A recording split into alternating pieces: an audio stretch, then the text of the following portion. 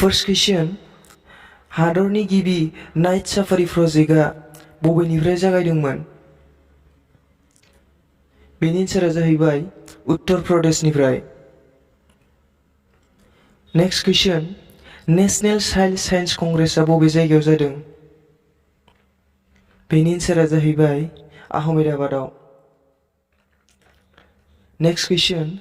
बबे नेशनेल पार्कआव 100था चीताखौ साउथ आफ्रिकानिफ्राय लाबोनाय जागोन? बेनि एन्सारा जाहैबाय कुनो नेशनेल पार्क, मध्य प्रदेशआव। Next question. भारतनि बबेयाव केस बेस सार्भेखौ खालामगासिनो दं? बेनि एन्सारा जाहैबाय बिहार। Next question. बुहुमनि बयनिख्रुइबो जौसिन रेलवे ब्रिज बबेयाव बानायदों? बेनि एन्सारा जाहैबाय जम्मु एन्ड काश्मीराव। बेयो चिनाब दैमानि सायाव दं। Next question. भारतनि 31st एलिफेन्ट रिजार्भआ बबे? बेनि एन्सारा जाहैबाय आगास्टिया मालाय एलिफेन्ट रिजार्भ। बेयो तामिलनाडुआव दं। Next question. 53rd international film फेस्टिभेलआ भारतनि बबेयाव जादों? बेनि एन्सारा जाहैबाय गवायाव। Next question. Climate change performance index 2023 आव भारतनि रेंकआ बेसेबां? बेनि एन्सारा जाहैबाय 8 rank. Next question. Global innovation index 2022 आव भारतनि रेंकआ बेसेबां? बेनि एन्सारा जाहैबाय 40 rank. Next question. Ranipur wildlife सेंक्सुरिखौ टाइगार रिजार्भ खालामनाय जादों, बियो बबेयाव दं? बेनि एन्सारा जाहैबाय उत्तर प्रदेशनि चित्रकूट डिस्ट्रिक्टआव। Next question. डार्क स्काई रिजार्भखौ बबे जायगायाव बानायनाय जादों? बेनि एन्सारा जाहैबाय लादाख। बेयो लादाखनि हामले भिलेजाव दं। Next question. भारतनि गिबि फरेस्ट इउनिभार्सिटिया बबाव गायसनदों? बेनि एन्सारा जाहैबाय तेलेंगानायाव। Next question. मिस्टार्स वर्ल्ड 2022 खौ सोर जादोंमोन?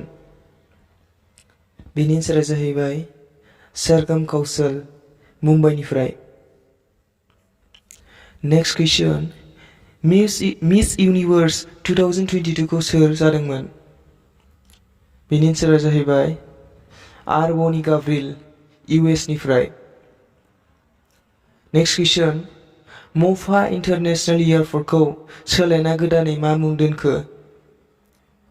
बेनि एन्सारा जाहैबाय मन'हार पारिकर इन्टारनेशनेल एयारपर्ट। बेयो गवायाव दं।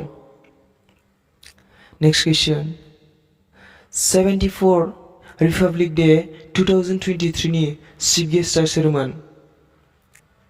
बेनि एन्सारा जाहैबाय Egyptian press Abdel Fattah el Sisi. Next question. हामले पासपोर्ट इन्डेक्स 2023 आव भारतनि रेंकआ बेसेबां? बेनि एन्सारा जाहैबाय 85 रेंक। Next question. बुहुमनि देरसिन साफारि पार्कखौ बबे जायगायाव बानायनाय जादों? बेनि एन्सारा जाहैबाय हारियानायाव। Next question. G20 Summit 2023 खौ बबे हादोरा हस्ट खालामदों? बेनि एन्सारा जाहैबाय इन्डियाया। Next question. G20 Summit 2023 नि थीम्सआ मा? बेनि एन्सारा जाहैबाय One Earth, One Family, One Future। वासुदेवा कुटुम्बकम। नेक्स्ट कुइसन, दाबावैसो आसाम फाइभ एवार्डखौ सोर मोनदों? बेनि एन्सारा जाहैबाय oncologist तापान साइकिया। नेक्स्ट कुइसन, स्वच्छ सर्वेक्षण एवार्ड 2023 खौ बबे रायजोआ मोनदों?